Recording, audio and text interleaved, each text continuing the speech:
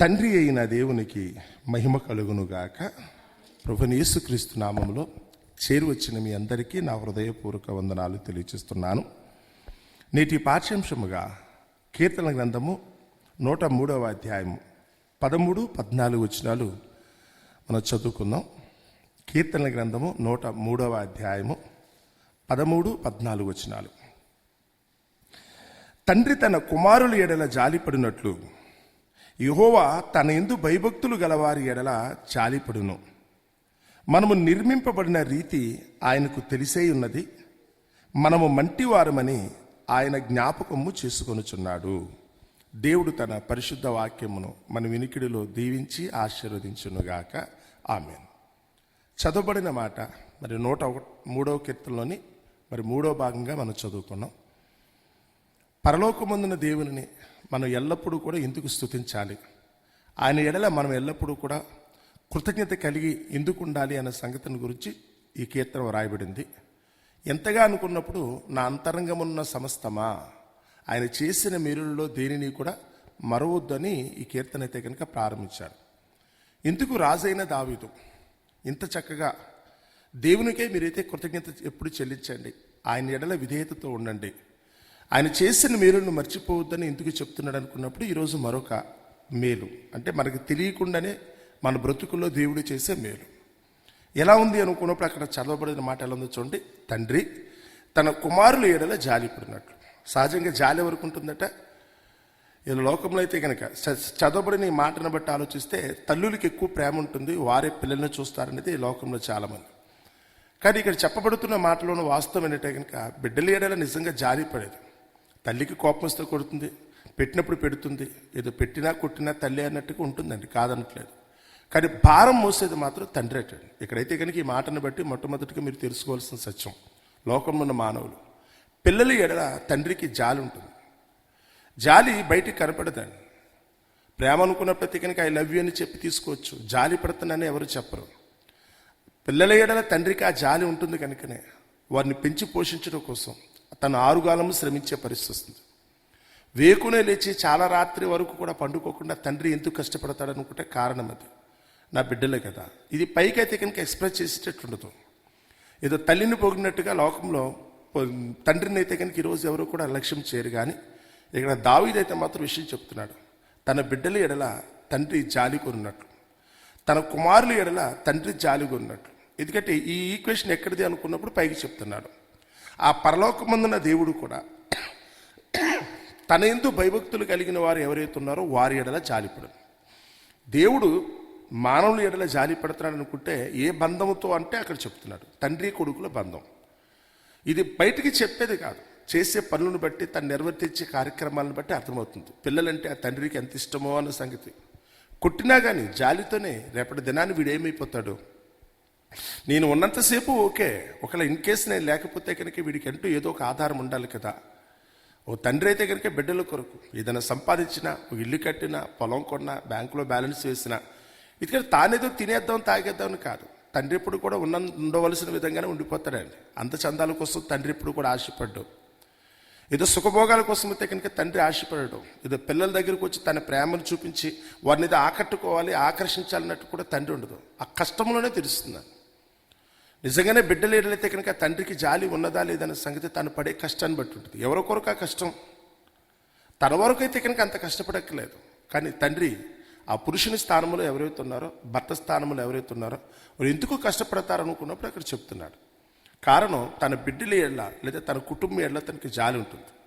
నేనంటూ లేచి తిరగలేకపోతే కనుక నా కుటుంబం ఏమైపోతే, నేనంటూ లేకపోతే కనుక నా భార్య పిల్లలు ఏమైపోతారు, ఈ ఆలోచనతోనే తండ్రి ఉంటాడట. దేవుడు కూడా ఇదే మనస్తత్వం కలిగిన వాడు. ప్రతిరోజు వచ్చి ఆయనైతే నిన్ను పలకరించడు. ఆయన ప్రతిరోజు వచ్చి నిన్ను పలకరించి నువ్వు బాగున్నావా, నీకు గ్రీటింగ్స్ పంపించి పొద్దున్న వాట్సాప్లో మెసేజ్ పెట్టి, ఇది కాదని ఆయన చేసే పని. జాలి ఉన్నవాడు ఎప్పుడు కూడా ఎదురు కూడా పడ్డు, దూరంగా ఉండే కష్టపడతాడు. తను కష్టపడి తన కష్టార్జితాన్ని అయితే కనుక తన బిడ్డల కొరకు పోగు చేయటమా, వారికి పంపించి వారిని అయితే కనుక పెంచి పోషించటమా, ఇది తండ్రి చేసే పని. సో దీన్ని బట్టి అక్కడ చెప్తున్నమాట, నీ ఎడల కూడా దేవుడు అలాగే జాలి పడుతున్నాడు. ఎందుకంటే చేతకాని కొడుకు అనుకున్నప్పుడు తిరుగుబోతూ కొడుకు కూడా ఉంటారు. కొన్ని సందర్భాలు మూర్ఖులు అనుకున్న కొడుకులు కూడా ఉంటారు. ప్రతిదానికి అయితే కనుక తండ్రిని ధిక్కరించే కొడుకులు కూడా ఉంటారు. వాదన పెట్టుకోవడం తండ్రికి ఎప్పుడు పెద్ద ఇష్టం ఉండదండి. కొంతమంది పిల్లలు ఏదో తామేదో తెలివిగలవారనుకున్నట్టుగా ఫీల్ అయిపోతూ ఉంటారు. వాళ్ళు తెలివిగలవారన్న సంగతి ఒకసారి లోకంలో పంపిస్తే కనుక వారు చేసే పనులు బట్టి వచ్చే రిజల్ట్ని బట్టి మనం అర్థం చేసుకోవచ్చాను. కానీ ఇంత కష్టపడుతూ ఇంత బ్యాక్గ్రౌండ్లో అయితే కనుక ఎన్ని శ్రమలు కూరుస్తున్న తండ్రిని బిడ్డ గమనించలేరు. పరలోకమందున్న దేవుడు కూడా ఎన్నో సందర్భాల్లో మానవుల గురించి సంతాపపడ్డాడు కదా. వీరిని సృష్టించి నేను తప్పు చేశానా, వీళ్ళైతే వీళ్ళు ఎన్నికలో తెచ్చుకుని నేను వాళ్ళని పిలిచి తప్పు చేశానని ఎంతో మందిని గురించి అయితే కనుక బాధపడిన సందర్భాలు ఉన్నాయి. నోవ కాలంలో అయితే కనుక మానవులందరినీ బట్టి ఆలోచించినట్ట, నేను వీళ్ళు సృష్టించి ఇంత చక్కటి వీళ్ళకి వాతావరణాన్నో లేకపోతే కావలసినవన్నీ సమకూర్చి పెడితే ఇంత విరోధంగా తిరుగుతారా? వీళ్ళకి ఇవన్నీ సమకూర్చి పెడితే కనుక చివరికి నా మీదే వాళ్ళు తిరుగుబాటు చేస్తున్నారు, వాదన కూడా దిగిపోతున్నారు. కొడుకులండి, పిల్లలు అనుకున్న వాళ్ళు చాలామంది గుర్తించవలసిన అవసరం ఏంటంటే, మీ తండ్రి దగ్గరకు వచ్చి మీరు వాదనకి దిగేంత స్థాయి మీది కాదు. వారు కన్న వెంటనే ఆయన పని అయిపోలేదు. నిన్ను పెంచి పోషించి ఈరోజు వాదులాడేంత వరకు ఒకళ్ళు కనుక ఏ కొడుకన్నా వచ్చాడు అనుకుంటే, ఆ వాదులాడేంత జ్ఞానాన్ని వరకు వచ్చేంత వరకు కూడా తండ్రే కష్టపడ్డాడని మర్చిపోకూడదు. మీ ఒంట్లో ఉన్న ప్రతి రేణువు దగ్గరికి వచ్చినప్పుడు కూడా, ప్రతి అణువు దగ్గరికి వచ్చినప్పుడు కూడా వాటి అంతటిని కూడా పెంచి పోషించింది అయితే కనుక ఆ తండ్రే కదా, ఆ తండ్రి కష్టమే కదా అని. అందుకని వాదులాటకి దిక్కకూడదంట. నోవు కాలంలో అయితే కనుక దేవుడు అదే చెప్పాడు, నా ఆత్మ నరులతో ఎల్లప్పుడూ వాదించుతుంది. నేనేమో వారి ఎడల జాలి చూపిస్తుంటే వారేమనుకున్నారు, చేతకనితనం అనుకుంటారు. మనమైన లోకంలో చాలామంది మనుషుల గురించి అలా చెప్పినప్పుడు, పోనండి అమాయకులు వాళ్ళు, పోలేండి పిచ్చోళ్ళు వాళ్ళు, పోలేండి ఏదో అనుకుంటూ ఉంటారు, పిల్లలే కదండి అని మనం అనుకుంటున్నాం. మేము పెద్దవారు అనుకున్న వాళ్ళు అయితే కనుక ఎదుటివాడు బాధ్యత కలిగిన వాడు ఎలాగే అనుకుంటారు. కోపం ఊరికనే రాదండి. పోలేండి వాళ్ళకి తెలిసి తెలియక ఏదో చేశారు, పోలండి రేపు మొప్పు తెలుసుకుంటారు కదా అని. కానీ వీళ్ళ మౌనం ఉంటే కనుక అవతల వారికి ఏమనిపిస్తుందో తెలుసా, ఓహో నా వాదన కరెక్ట్ అనుకుంటా, ఏదో చేతకాని వాళ్ళకైతే కనుక ఓడిపోయి చెప్పుకోలేక మౌనంగా వెళ్ళిపోతున్నాడు అనుకుంటాడు అవతల వాడు. ఆ పిల్లల దగ్గరికి వచ్చినప్పుడు, చిన్న వయసులో ఉన్న వారి దగ్గరికి వచ్చినప్పుడు, బుద్ధిహీనంగా బలహీనంగా ప్రవర్తించే వాళ్ళ దగ్గరికి వచ్చినప్పుడు ఈరోజు చాలామంది అలాగే అనుకుంటున్నారు. కొడితే ఏమైపోతాడు అనేది తండ్రి యొక్క బాధ. వీడు కొడితే కనుక ఏమవుతాడు, కొట్టడమే నేర్చుకునేటట్టయితే కనుక విచిత్రంగా ఉంటుందండి పరిస్థితులు. ఈరోజు చాలామంది తండ్రులకు ఆ టెంపర్ కోల్పోతున్నారు. ఏంటి నా మీద తిరుగుబాటు చేస్తున్నాడు, కన్ని పెంచింది నేను కదా, ఈ స్థితి తీసుకొచ్చింది నేను కదా అని ఈరోజు పిల్లల మీద వాదులాటకు దిగే తల్లిదండ్రులు కూడా ఉన్నారండి. ఏం చేస్తారు, తప్పని పరిస్థితి అయిపోతుంది. కానీ పరలోకమందున దేవుడైతే అలా చేయట్లేదు. జాలి కొడితే ఏమవుతుంది, ఈ పూట భోజనం పెట్టకపోతే ఏమవుతుంది, వాడు ఖర్చుల కోసం డబ్బులు ఇవ్వకపోతే ఏమవుతుంది, ఎప్పటికప్పుడు ఎంత కోపం వచ్చినప్పుడు కూడా, వాడు ఎన్ని తప్పులు చేసినప్పుడు కూడా తండ్రి ఒప్పుకోవడానికి గల కారణం దేవుని మనసు. ఎవరైతే కనుక దేవుని ఎందుకు భయభక్తులు కలిగి ఉన్నారో ఆ దేవుని మనసే. పిల్లలేమో ఒకలేదో వాళ్ళేదో హీరోస్ అనుకుంటున్నారేమో, అదేమో కాదండి. ఆ తండ్రి మనస్సు జాలి చూపిస్తూ ఉంటుంది. ఈరోజు మనందరూ కూడా ఆ మనస్సు కోరుకోమని. దేవుని మనస్సు అంటే దాని అర్థమైతే కదా, దేవుడు లోకమును ఎంతో ప్రేమించుచున్నాడు. ప్రేమ ఎక్కడి నుంచి వస్తుంది అనుకుంటే కారణం దేవుని నుంచే కదా. ఆ దేవుని నుంచి వచ్చే ప్రేమ ఈరోజు మన పిల్లల ఎడల, మన కుటుంబం ఎడల, లేకపోతే ఇక్కడ భార్య ఎడల, భర్త ఎడల మనం చూపించగలుగుతున్నాం అనుకుంటే కారణం ఆ ప్రేమే. ఒకళ్ళు వ్యాపారం చేసే పరిస్థితి వస్తే కనుక, ఇచ్చిపుచ్చుకోవడం అనే మాట కనుక వస్తే, నువ్వు ఇస్తే నేను ఇస్తానన్నారు అనుకోండి, ఈరోజు ఈ ప్రపంచంలో ఉండేది కాదు. తెలియని అనుబంధం ఏదో ఉంది, తెలియని బంధం ఏదో ఇక్కడైతే ఇక్కడికి ఏర్పడుతుంది అనుకుంటే కారణం అది దేవుని బట్టి. అది దేవుని బట్టి ఏర్పరిచిన బంధాలు కనుక అవతల వారి గురించి అయితే మనం ఇంత చక్కగా ఆలోచించడానికి అవకాశం ఉంటుంది. ఇక్కడ కారణం చెప్తున్నాడు, ఎందుకు జాలి దేవునికి అనేది చాలా మందికి ఆలోచన. కోపం వస్తే కనుక ఆయన కోపాన్ని తీర్చుకోవచ్చు కదా అని. తీర్చుకోవడానికి ఏముంటుంది నీ దగ్గర? ఒకసారి కోపం వస్తే కనుక నోవు కాలంలో మిగల ఇది ఎవరో. ఆయన కోపం వస్తే తట్టుకుంటే ఎవరో అవుతుందో, భూమి సాధ్యమవుతుందా, లేకపోతే కనుక ఆకాశంలో సూర్యుడికో చంద్రుడికో నక్షత్రాలకో సాధ్యమవుతుందా?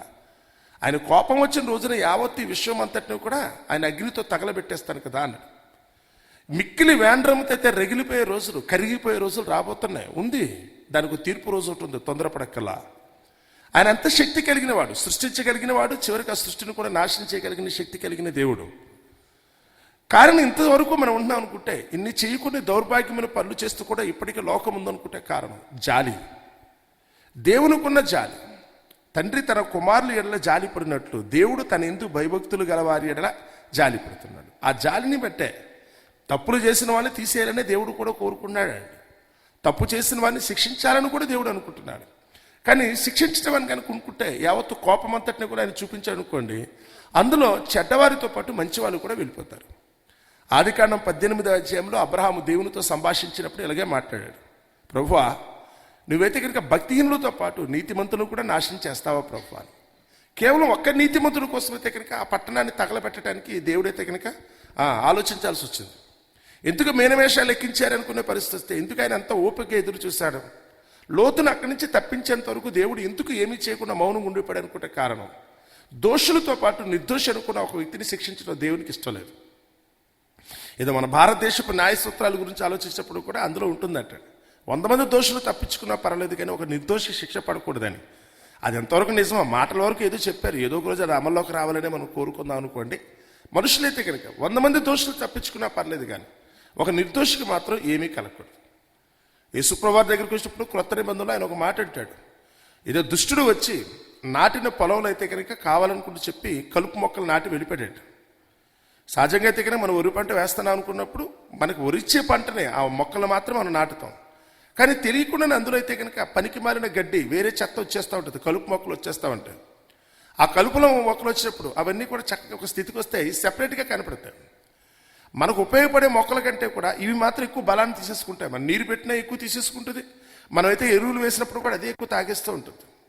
రైతు పక్కన పనివాడు అడుగుతాడు కదా, ఎందుకు దాన్ని తీసేద్దాం కదా, తీసేద్దాం ఎందుకు, అవన్నీ కూడా ఊరికనే పెరిగిపోయినాయి కదా, ఉన్న బలమంతా అవి తీసేసుకున్నాయి కదా అన్నప్పుడు ఆ రైతు బట్టి అయితే కనుక చెప్పారట, వద్దు, ఇప్పుడు మన లోపలికి వెళ్ళి ఆ మొక్కలు పీకపోతే చుట్టూ ఉన్న మొక్కలకి హాని కలుగుతుంది. మనం తొక్కుకుంటూ వెళ్ళాలి మొదట మాట, భూమి మళ్ళీ అక్కడైతే కనుక తేడా కనపడుతుంది. రెండోది ఆ మొక్కలు పీకినప్పుడు అది ఊరికనే ఉండదుగా, దాని వేళ్ళు చుట్టుపక్కల పాకిపోయి ఉంటాయి. ఈమె వేరుని పీకుతుంటే కనుక అవి కూడా కదిలిపోతే కనుక వద్దు రాని. ఇప్పుడు ఏమవుతుంది, ఇంతవరకు చూసాం కదా, కోతకాలం ఒకటి రాబోతుంది. ఆ కోతకాలంలో ఉన్నప్పుడు మనకు కావలసినవి మనం తీసుకుని మిగతా చెత్తనంతటిని తీసుకెళ్ళి నిప్పి పెట్టి తగలబెట్టేద్దాం కదా. లోకాన్ని దగ్గరికి వచ్చినప్పుడు కూడా ఈరోజు దేవుడు తన యందు భయభక్తులు గల వారి ఎడల ఇలాంటి జాలే, వీరి మీద జాలి చూపిస్తున్నాడు కనుకనే వారితో పాటు ఉన్న దుష్టులు కూడా దేవుడైతే ఈరోజు చూచి చూడనట్టుగా వదిలేస్తున్నాడు. ఎవరో ఒక్కరు కనుక దేవుని యందు భయభక్తులు కలిగి ఉంటారు, ఆ గ్రామంలో ఉన్నారా పట్టణంలో అనుకుంటా ఒక్కరిని బట్టి ఆ పట్టణం అయితే కనుక కాపాడబడే పరిస్థితిలో ఉంది. ఒక 10 మందిని బట్టి దేవుడైతే కనుక ఆ పట్టణాన్ని ఆ గ్రామాన్ని అయితే కనుక కాపాడే పరిస్థితిలో ఉందండి.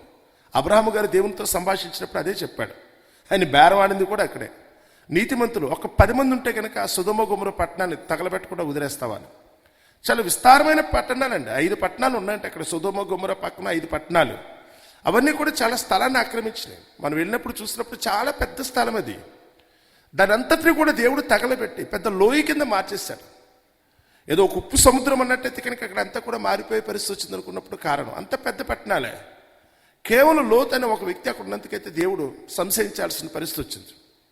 ఆయన చూస్తూ ఉన్నాడు, కంగారు పడకలే. వాళ్ళకి ఏదైనా చేస్తే అన్ని 100 మంది 1000 మంది చెడిపోయిన వారు ఉన్నా ఒక్క నీతిమంతుడు ఉన్నాడు కనుక ఇతని కొరకైతే మనం వెయిట్ చేద్దాం కదా, ఇతని కొరకు మనం వెయిట్ చేద్దాం కదా. ఒక బాంబు వేస్తే కనుక అయిపోద్దని పెద్ద లెక్కతో ఏముంది, అందరూ పోతారు. కానీ అందులో అయితే కనుక దోషి కానివాడు నిర్దోషి ఉన్నాడు కదా, ఒక్క నిర్దోషి కొరకు ఆయన అయితే కనుక ఆగాల్సిన పరిస్థితి వచ్చిందట. ఈరోజు లోకంలో చాలా మంది కూడా మేము తప్పు చేస్తే కనుక దేవుడు మమ్మల్ని శిక్షించలేడా, ఆయన అంత గొప్పవాడైతే కనుక మమ్మల్ని శిక్షించవచ్చని చాలామంది ఆ బీరాలు పలికేవాళ్ళు విర్రవీగే వాళ్ళైతే కనుక చాలామంది ఉంటారు. దేవుడు కోపం వస్తే శిక్షించడం ఎంతసేపు క్షణంలో పని, కానీ అక్కడ వెయిట్ చేసేది ఎందుకు వస్తే తెలుసా, నీకేదైనా హాని కలిగితే నేను కట్టుకున్న నీ నిర్దోషి అయిన భార్య బాధపడుతుంది. విశ్వాసరాలు అనుకున్న నీ భర్త నువ్వు చేసే పనులు బట్టి నేను ఎప్పుడో కొట్టేయాలి దేవుడు, కానీ ఆయన వెయిట్ చేస్తారనుకుంటే కారణం నీ భర్తను బట్టో నీ బిడ్డలను బట్టో నీ కుటుంబీకులను బట్టి. ఎందుకంటే నీకేదైనా అయితే కనుక వాళ్ళు దుఃఖపడతారు, వాళ్ళు మంచోళ్ళే, నువ్వు దుర్మార్గుడు అయ్యావు అంతే, నువ్వు గయ్యాలిగా మారిపోయావు, లేకపోతే నువ్వైతే కనుక తప్పులోకి వెళ్ళిపోతున్నావు.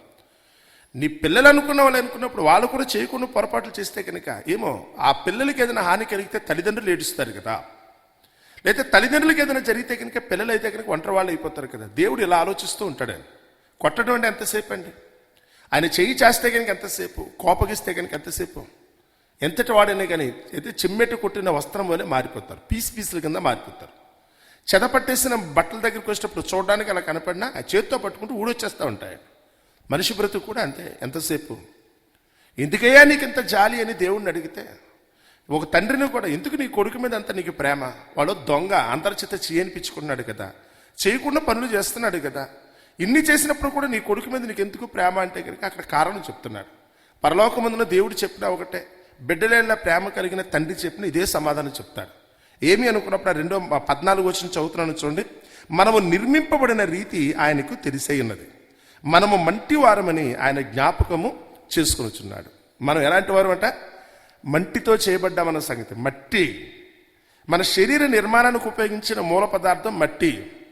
దేవుడు దానికైతే కనుక జీవం ఇచ్చాడు కనుక, ఆయనలో ఊపిరి పోస్తారు కనుక ఈరోజు మనం ఇంత అందగత్తెలుగా బలవంతులుగా, చాలామంది అనుకుంటారు ఇట్లా గుండెలో చరుచుకుంటూ నేను ఐరన్ కదా, నేను లైన్ కదా, నేను టైగర్ కదా అని. ఆ పిచ్చోళ్ళకి అర్థం కాదు. ఒరే చివరికి వచ్చినప్పటికల్లా మిగిలేదు మట్టే. చిన్నది జరిగితే చాలు, ఇంత గొప్పోడు కూడా ఒక చిన్న దెబ్బకు పడిపోతావు. నువ్వు ఏదో గొప్పోడు అని అనుకుంటున్నారు. ఈరోజు చాలా మంది అయితే మురిసిపోతారండి తమకున్న అంత చందాలను బట్టి, సౌందర్యాన్ని బట్టి, 6 ప్యాక్ బాడీని బట్టి, పెంచిన కండలను బట్టి, చాలామంది నేర్చుకున్న విద్యలను బట్టో లేకపోతే తమకున్న అధికారాన్ని బట్టో చాలామంది ఏదోదో అనుకుంటూ ఉంటారు. మరి పిచ్చోడు నీకు అర్థం కావట్లా, నువ్వు మంటి. ఎంతోమంది గొప్పవాళ్ళు దేశాన్ని పరిపాలించిన ప్రధానమంత్రులకే దిక్కులేదు, వాళ్ళు కూడా మట్టిలో కలిసిపోయారు. తమకున్న అధికారం ఉన్న సమయంలోనే ఎంత క్షణంలోనే వాళ్ళైతే కనుక మట్టిగా మారిపోతున్నారు కదా. ముఖ్యమంత్రులు అనుకున్న వాళ్ళైతే కనుక మారిపోట్ల. మనలాంటి వారి దగ్గరికి వస్తే కనుక చిన్నవాళ్ళు, కనీసం దేవుని ముందైతే నిలబడటానికి కూడా అర్హత లేని వాళ్ళు. దేవుడు కోపగిస్తే కనుక ఎవరికైనా ఇదే గతి. నీ దగ్గరికి వచ్చినప్పుడు కూడా నువ్వేనంతే. ఎంతటి వారైనా కానీ దేవుని ముందు వచ్చినప్పుడు అయితే కనుక అందరము కూడా మంటి అన్న సంగతి గుర్తుపెట్టుకోండి. నేల మంటితో దేవుడు మనల్ని నిర్మించాడు. మీరు ఎంతటి వారైనా, మీకు ఇచ్చిన ఆయుష్కాలం ఉన్నంతసేపు, మీరు దేవుని కృపను పొందుకున్నంతసేపు, ఆయన ఊపిరి మీలో నిలుచున్నంతసేపు మీరు ఏదో అనుకుంటున్నారు. ఆ ఊపిరిని కనుక వెనక్కి తీసుకుంటే కనుక మన బ్రతికేంటి తెలుసా? ఆ క్షణమే మన మట్టితో సమానం కదా. వ్యర్థమైన పదార్థంగా మనం మారిపోతామండి. కనీసం దగ్గరుంచుకోవడానికి కూడా ఎవరు ఇష్టపడరు, వాసన వచ్చేస్తామన్న ఉద్దేశంతో. దేవుడు ఎందుకు జాలి పడుతున్నాడు అనుకుంటే, నీ నిర్మాణ రీతి ఆయనకి తెలుసు. నీ శరీరంలో ఏ అవయవం ఏ కండిషన్లో ఉందో కూడా ఆయనకే తెలుసు. సడన్గా పడిపోతారు చాలామంది తెలుసా. అప్పటి వరకు చూడడానికి అంతా చక్కగా ఉంటారు, ఎంతో బలవంతులుగా, మంచి శరీర ఆకారం కలిగిన వారు కూడా హార్ట్ కంప్లైంట్ అంటండి, ఎందుకంటే హార్ట్ ఫెయిల్ అంటండి, అందుకని చనిపోయారండి. ఇదండి ఇంత యవ్వన ప్రాయంలోనా, ఇంత బలమైన వారా, ఇంత అయితే కనుక చూడడానికి ఇంత సౌందర్యం కలిగిన వారు సడన్గానా? అవునండి, నీ హార్ట్ ఏ కండిషన్ ఉందో చెప్తారా? ఏ పూట ఆగిపోబోతుందని మీ సంగతి తెలుసా? మీ లోపల ఉన్న మీ అంతరింద్రియాల దగ్గరికి వచ్చినప్పుడు, మీ శరీర భాగాల దగ్గరికి వచ్చినప్పుడు మీ గుండె ఎలా ఉంది, మీ ఊపిరితిత్తులు ఎలా ఉన్నాయి, మీ లివరో లేకపోతే కనుక ఆ పక్క కిందకు వచ్చే కిడ్నీలు ఉన్నాయనుకోండి సపోజ్, ఇవేవి కూడా సరిగ్గా ఫంక్షన్ చేయకపోతే ఆ క్షణమే మన బ్రతుకు బస్ స్టాండ్ అయిపోద్ది. మనం ఆ రోజే టికెట్ కొట్టుకుని వెళ్ళిపోతామండి. కానీ ఎలా ఉన్నాయో తెలియకుండా ఇంతకంత మిడిసిపాటు ఎందుకు, ఇంత అహంకారం ఎందుకు నీకు? నువ్వు ఎగిరెగిరి పడుతున్నావు. కానీ నీ తండ్రికి తెలుసు నీ బలహీనత ఏంటనే సంగతి. కన్న తండ్రి కోలైతే కనుక పెంచాడు కదా చిన్నప్పటి నుంచి. వీడికంటండి, వీడికి దెయ్యం అంటే వీడికి భయం అండి, వీడి ఆకలిస్తే తట్టుకోలేడండి, వీడైతే ఒంటరిగా పడుకోలేడండి. ఎవరికి తెలుస్తున్నాయి ఈ సంగతులు? బయట వాడికైనా తెలుస్తాయి. మీ బలం ఏంటో మీ బలహీనత ఏంటో మీ తండ్రికి తెలుసు. మీ స్థాయి ఏంటో కూడా ఆయనకి తెలుసు. మీకున్న శక్తి సామర్థ్యాలు ఏంటో కూడా మీ తండ్రికి తెలుసు. ఏదో తండ్రికి తెలియకుండా నాకేదో ఉన్నాయనుకోవటం మూర్ఖత్వం అండి. ఏ కొడుకైనా కానీ ఏ కూతురైనా కానీ నా తల్లిదండ్రులకి తెలియని సామర్థ్యం నా దగ్గర ఏదో ఉందనుకోవటం వాళ్ళ మూర్ఖత్వం. ఎందుకంటే నీకున్న బలహీనత వాళ్ళు ఇప్పుడు కూడా నీకు చెప్పలేదు. నీకున్న బలాన్ని వాళ్ళు పొగుడుతుంటే నిజం అనుకుంటున్నావు, కానీ నీకు ఎంత బలహీనత ఉందన్న సంగతి నీకు ఏం తెలుసు? నీ స్థాయి ఏంటో ఒకసారి నువ్వు పడకూడని పాటలు పడిన రోజున అప్పుడన్నా కానీ నీకైతే కనుక తెలిసి వస్తుందన్న ఉద్దేశంతో మౌనంగా ఉంటారు. పరలోకమందున దేవుడు కూడా అంతే. యెహోవాను విడిచి వేరొకరిని అనుసరించి వారికి ఏమవుతుందంట? శ్రమ కలుగుతుంది. అలాగే తల్లిదండ్రులను విడిచిపెట్టి నువ్వు ఎవరో మాట వింటే కనుక నీకు కలిగేదేంటి? నువ్వు ఉండకూడని పరిస్థితిలో ఉంటే కనుక, వెళ్ళకూడని చోటుకు వెళ్తే కనుక పడబోయే పాటలు అంటే నీకు తెలుసా? నా భర్తను విడిచి నేను వేరొకరిని అనుసరిస్తాను, నా భార్యను విడిచి వేరొకరిని అనుసరిస్తాను అనుకుంటే కనుక చివరికి జరిగేదేంటి? దేవుడు అదే చెప్తున్నాడు. ఈక్వేషన్ ఒకటే. ఎవడైతే కనుక నీ ఏళ్ళ శ్రద్ధ కలిగి ఉన్నారో, బాధ్యత కలిగి ఉన్నారో, నీ బలము బలహీనత గుర్తెరిగి ఎప్పటికీ కూడా అయితే కనుక నీ ఎడల ఎవరైతే జాలి పడుతున్నారో వారి కదా నీ హితులు. నీ ఎడల జాలి పడే వాళ్ళు ఎవరైతే ఉన్నారో వారి హితులేండి, నీ మేలు కోరేవారి కింద. కానీ నిన్ను చూసి ఎవరైతే కనుక ఒకవేళ కనుక లోపల ద్వేషం పెట్టుకుని పైకి నటిస్తున్నారో, నువ్వు పడిపోవడం గురించి వాళ్ళు ఆలోచిస్తారు కనుక ఏదో ఒక రోజు నీకు నష్టము కీడైతే కనుక కలుగుతుంది. దేవుని గొప్పతనం దగ్గరికి వచ్చినప్పుడు ఎందుకు దేవునికి ఆయనైతే అంత కృతజ్ఞత చెల్లిస్తున్నారు అనుకుంటే కారణం, నేను మంటితో చేయబడిన వాళ్ళన్న సంగతి దేవునికి బాగా తెలుసు. నా నిర్మాణ రీతి పిండమనై ఉండగా ఆయన కన్నులు నన్ను చూశాయి. నియమింపబడిన దినములో ఒకటైనను కాకమునిపే నా దినములన్నీ ఆయన గ్రంథములో లిఖితమే. నా తల్లి గర్భంలో ఉన్నప్పుడు నా ఆయుష్కాలాన్ని ఆయన రాశాడు. నా ఎముకలు ఎలా ఎదుగుతున్నో ఆయన చూశాడు. నా శరీర అవయవాలు తల్లి గర్భంలో ఎలా ఎదిగావో, వాటిని ఎలా రూపించాలో అవన్నీ కూడా చేసింది దేవుడే కదా. నిజంగా నన్ను గురించి తెలిసిన వాడు, మ్యానుఫ్యాక్చరింగ్ చేసిన వాడికే తెలుస్తుంది ఆ బలం ఏంటో, నా బలహీనత ఏంటో. బయట వారికి అలా తెలుస్తుంది. నా తల్లికి తండ్రికి నన్ను గురించి పూర్తిగా తెలియదు కదా. లోపల ఏమి ఉన్నాయన్న సంగతి, నా శరీరంలో ఉన్న అవయవ నిర్మాణం ఏంటన్న సంగతి నా తల్లి తండ్రి తెలుసా? లేకపోతే నేను కాక మొన్న వచ్చింది నన్ను కట్టుకున్న నా భార్యకి ఏమైనా తెలుసా? నాకు అనుకున్న పిల్లల దగ్గరికి వస్తే కనుక వాళ్ళకేమైనా తెలిసిపోరు నా గురించి, నాకున్న బాధ ఏంటో, నాకున్న అయితే బలహీనత ఏంటో, నాకున్న అనారోగ్యం ఏంటో ఎవరైనా బయట వాళ్ళు ఎవరైనా చెప్పగలరా? అది దేవునికి నీకు తప్ప తెలియదు. అందుకని దావీదు అయితే మాత్రం ఎల్లప్పుడూ కూడా దేవునికి కృతజ్ఞతగా ఉండటంలో ఆయన ఉద్దేశం ఒకటే. పక్కన్న వాళ్ళైతే కనుక నిన్ను పాడు చేయడం కోసం రెచ్చగొడుతూ ఉంటారు, కానీ నిన్నైతే కనుక చూసి జాలి పడుతుంది మాత్రం ఆ పరలోకమందున దేవుడు. నీ తండ్రి నిన్ను చూసి ఎలాగైతే జాలి పడతాడో పరలోకమందున దేవుడు కూడా సేమ్ డిటో. ఎందుకంటే నీ స్థితి ఏంటో నీకు తెలుసు. మామూలుగా కన్నాను, నేను పెంచాను అనుకున్నా నీ తండ్రికే నీ గురించి అంత జాలి లేకపోతే ప్రేమ ఉంటే అసలు నీ అవయవ నిర్మాణాన్ని కూడా అయితే కనుక చేసిన ఆయన, నిన్ను తల్లి గర్భంలో రూపించిన దేవునికి నీ గురించి ఇంకెంత తెలుసు ఒకసారి ఆలోచించు. ఆయన నిన్ను గురించి జాలి పడుతున్నాడు. ఏమో లేదు, చిన్నది ఒక మేట కనుక నొక్కాడు అనుకుంటే, నీ ఒంట్లో ఉన్న పార్ట్ కనుక ఒకరికి స్విచ్ ఆఫ్ చేశాడు అనుకోండి, అయిపోయిందిగా నీ పని. ఇంత అల్పమైన ప్రాణివైన నువ్వు ఎందుకంత ఎగిరిగిరి పడుతున్నావు? ఆ దేవుని నువ్వు ఎందుకు ధిక్కరిస్తున్నావు? ఆయన కాకుండా నువ్వు వెళ్ళాలనుకుని ఏం సాధించగలవు? కొట్టాలనుకుంటే ఎంతసేపు? నీకు ఏదైనా హాని కలిగించాలని దేవుడు అనుకున్న రోజున, నీకు శిక్ష వెయ్యాలనుకుంటే కనుక ఎంతసేపు? తర్వాత నువ్వు ఉండవు, అంతే. అంత అవసరమా? అప్పుడు యోనా గారు అంటున్నాడు, మన్ను నిన్ను స్తుతించిన, నేను మన్ను అయిపోయిన తర్వాత ఉపయోగం ఏంది ప్రభా? అదేదో ముందే చెప్పుండుంటే, నేను చేసే తప్పు నువ్వు ముందుగా నాకు తెలియపరచుంటే కనుక నేను సరి చేసుకునేవాడిని కదా. ఈరోజు లోకంలో పిల్లలు అనుకున్నవారు ముందు తల్లిదండ్రులకి ముందు ఇంపార్టెన్స్ ఇవ్వండి. ఆ తల్లిదండ్రులు మీ మీదైతే కనుక జాలి ప్రేమ చూపించారు. నేనేమి అనలేకపోవడం గల కారణం ఏంటంటే కనుక ఊరికే చిన్నప్పటి నుంచి నేనైతే కనుక ప్రేమగా పెంచారు కదా. నేను గారాభంగా పెంచితే కనుక అదైతే పింకితనం వచ్చేస్తుంది చాలామందికి. నన్ను ఏమీ అనడం మా నాన్న, మా అమ్మ అయితే అసలు నా గురించి ఏమీ అనదు అనుకున్నట్టు ఊరుకుంటున్నారు చాలామంది. ఊరికే నీ మీద ఉన్న ప్రేమతో కాదు, దానికంటే ముందు జాలి ఒకటి ఉంది. ఏమనంటే కనుక ఏడుస్తాడు, ఏమనంటే కనుక మరొకటి వస్తుంది. వీడైతే చిన్నదాన్ని కూడా తట్టుకోలేడు. ఇందుకులే పరలోకముందున దేవుడు కూడా సేమ్ అదే ఫీలింగ్తో ఉన్నాడు. ఆయన ఫీలింగే ఈరోజు మనకు వచ్చింది. ఆయన మనసే లోకమున్న తల్లిదండ్రులకు కూడా వచ్చింది. అందుకని నిన్నేది చేయలేకపోవడం గల కారణం చేత కాదు, కేవలం నీ మీద జాలి చూసి చున్నట్టుగా పాలే. తెలుసుకుంటాడులే, ఏదో ఒక రోజు తెలుసుకుంటాడు కదా. ఎప్పుడో ఒక రోజు అయితే కనుక ఆమెకు పరివర్తన వస్తుంది కదా. వాడు పాపక్షమాపణ పొందుతారులే. వాళ్ళైతే కనుక కనీసం విషయం తెలుసుకుని ఏదో ఒక రోజు నా వైపు తిరుగుతారన్న ఉద్దేశంతో దేవుడు ఇప్పటికి కూడా మన ఏళ్ళైతే కనుక జాలిగానే చూస్తాడు. ఆయనకి చేతకాక కాదు, కానీ మనం ఎలాంటి వాళ్ళమో, మన బలమేంటో, మన బలహీనత ఏంటో గుర్తెరిగిన వాడు. కాబట్టి దేవుని ఎవరూ కూడా చులకనగా చూడకండి. నన్నేమీ చేయలేడు, నేను ఏది చేసినా చెల్లు అని మాత్రం అనుకోకండి. ఎప్పుడు మీ ప్రాణం పోతుందో మీకు ఖచ్చితంగా తెలియదు. జస్ట్ లైట్ ఆఫ్ వేసినట్టు స్విచ్ ఆఫ్ చేస్తే కనుక లైట్ ఆరిపోతుందండి. ఎంత పెద్ద మోటార్ అనుకున్నా, లేకపోతే కనుక ఎంత పెద్ద ఇది అనుకున్నా, జస్ట్ స్విచ్ ఆన్ చేస్తే చాలు, అయిపోతుంది అంతే. స్విచ్ ఆన్ చేస్తే చాలు. నీ ప్రాణం కూడా అంతే. ఆయన చేతిలో ఉన్న స్విచ్ ఎప్పుడు నొక్కుతాడో తెలియదు, ఎప్పుడు నొక్కుతారో తెలియదు. చాలు అనుకున్న రోజున, శృతి మించిన రోజున, ఒకవేళ నీవు కనుక దేవుని చిత్తాన్ని సరిగా తెలుసుకోనకుండా నీకు తోచట్టుగా వెళ్ళిపోతున్న రోజున ఆయన నిజంగానే స్విచ్ నొక్కుతాడు. జాలితోనే కొన్నాళ్ళు వెయిట్ చేస్తున్నాడు, మారతావేమన్న ఉద్దేశంతో. ఇప్పటికైనా నీలో అయితే కనుక పరివర్తన కలుగుతుందేమో. నీ తప్పును తెలుసుకుని నువ్వైతే కనుక అహంకారంగా, గర్వంగా నాకేదో వచ్చినా కాకుండా, ఇప్పటికైనా నాకేమీ రాదు, నేను ఏమీ కాను, ఆ దేవుని చిత్తము చొప్పున నేను ఉన్నాన్న సంగతిని గుర్తెరిగి ఎవరైతే కనుక ఆయన సన్నిధిలో తల వంచుకుంటారో వారి యందు దేవుడు సంతోషించేవాడుగా ఉంటాడు. ఆ వినయము గలవారి యొద్దనే ఏముంటుందట? జ్ఞానం. దేవుని యందు భయభక్తులు కలిగి ఉండటమే జ్ఞానం. దేవునికి నువ్వు లోబడటమే జ్ఞానం. నిజమైన జ్ఞానవంతుడు దేవుని చిత్తానుసారం ఉంటాడు. దేవుడు లేదు, ఏమీ లేదు అనుకునే వాళ్ళు కూడా చాలామంది ఉన్నారు కదా. నా ఇష్ట ప్రకారం నేను తిరుగుతాను అనుకునేవాడు. తిరగండి, ఏమవుతుందో చూద్దాం. మీరు తిరగండి, ఎంతవరకు తిరుగుతారో, దేవుడిని కాదనుకుని ఏం చేస్తారో చూద్దాం. ఫైనల్గా చివరికి ఎప్పటికైనా కానీ ప్రతి ఒక్కరు కూడా ఆ దేవుని ముందే నిల్చోవాలట తీర్పు కొరకు.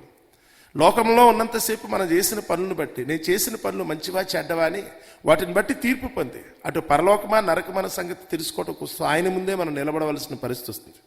కాబట్టి వెళ్ళబోయే ఆ దేవునికి మీరు సమాధానం చెప్పాలి కనుక ఆ సమాధానం చెప్పడానికి తగినట్టుగా ముందు నుంచే మీరైతే కనుక తగు విధంగా శ్రద్ధ తీసుకోవాలని, ఆ దేవత దేవుని చిత్తాన్ని అనుసరించి జీవించాలని మిమ్మల్ని అందరినీ మనసారా కోరుకుంటే నా మాటలు ముగిస్తున్నాను. అట్టి కృప దేవుడు మనందరికీ దయచేయునుగాక. ఆమెన్.